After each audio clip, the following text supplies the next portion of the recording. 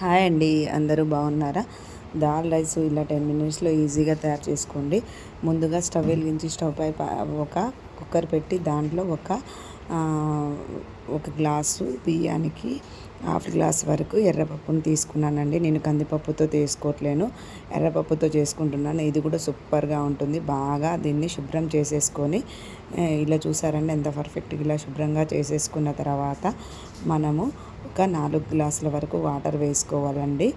ఇలా వాటర్ వేసుకున్న తర్వాత చూసారండి 4 గ్లాసుల వాటర్ వేసేసుకుంటే సరిపోతుందండి. 10 మినిట్స్లోనే ఈ ఎర్రపప్పు దాల్ రైస్ అనేది తయారైపోతుంది. ఇది కూడా డిఫరెంట్ టేస్ట్ ఉంటుంది. అందరూ చాలా వరకు కందిపప్పుతోనే చేసుకుంటారండి. ఇలా ట్రై చేయండి. అదే విధంగా సన్నగా చాప్ చేసుకొని పెట్టుకున్న టమాటా ముక్కలను కూడా మనము కుక్కర్లోనే వేసుకోవాలండి. చూసారా, నేను ఇలా కుక్కర్లో వేసేసుకొని రుచికి తగినంత 1 టేబుల్ స్పూన్ అంత సాల్ట్ను కూడా వేసేసుకోండి. మీ రుచికి తగినట్టు వేసుకుంటే సరిపోతుంది. అదేవిధంగా 1 టేబుల్ స్పూన్ అంత పసుపును కూడా వేసేసుకోండి. వేసేసుకొని దీనిపైన మూత పెట్టేసేయండి. మూత పెట్టేసి ఈ రైస్ అనేది కొద్దిగా కారాన్ని కూడా వేసుకోవాలి. 1 టేబుల్ స్పూన్ అంత కారాన్ని కూడా మీరు ఎంత తింటే అంత.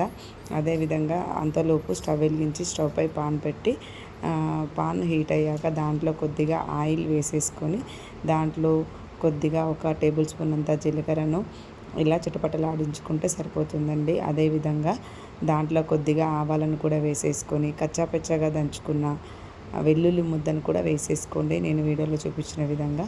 అదేవిధంగా 1 టేబుల్ స్పూన్ అంత పసుపును వేసేసుకొని అదేవిధంగా 2-3 ఎండుమిర్చిని కూడా వేసేసుకుంటే మనకు పోపు సిద్ధమైనట్టే అండి. మనం అంతలోపు ఏం చేయాలంటే మనం ముందుగా కుక్కర్లో అన్నీ బాగా మిక్స్ చేసేసుకొని పెట్టుకున్నాం కదండి. ఆ ఒక్క రైస్ ఒక 2 విజిల్స్ వచ్చేంత వరకు ఉడికించుకుంటే సరిపోతుందండి. చూసారండి ఎంత పర్ఫెక్ట్గా కుక్ అయిందో. కొద్దిమందికి జ్యూసీగా నచ్చుతుంది, కొద్దిమందికి కొద్దిగా మరీ టైట్ నచ్చుతుందండి. టైట్గా మీకు జ్యూసీ కావాలంటే కొద్దిగా వాటర్ ఎక్కువ వేసుకోండి. కావాలంటే మనం రైస్ మొత్తం కుక్ అయిన తర్వాత కూడా వాటర్ వేసేసుకోవచ్చు. చూడండి ఎంత బాగుందో, ఎల్లో కలర్లో మధ్యలో రెడ్గా ఈ టమాటా ముక్కలు కనిపిస్తుంటే చూస్తేనే నోరు ఊరిపోతుంది కదండి. దీంట్లో కొద్దిగా చింతపండు కూడా వేసి ఉడికించుకోవాలి. అంతే, మనకి ఇలా కుక్ అయిన రైస్లోకి ఈ పోపును వేసుకుంటే సరిపోతుంది. కొంతమంది చింతపండు అంటే ఇష్టపడని వారు దాన్ని అవాయిడ్ చేయొచ్చండి. నేను దాంట్లో చింతపండు వేసుకోలేదు, టమాటా ముక్కలనే ఎక్కువగా వేసుకున్నాను. కొద్దిమంది టమాటాలను చింతపండును కూడా లైట్గా వేసుకుంటారండి. మీరు అలా వేసుకోండి.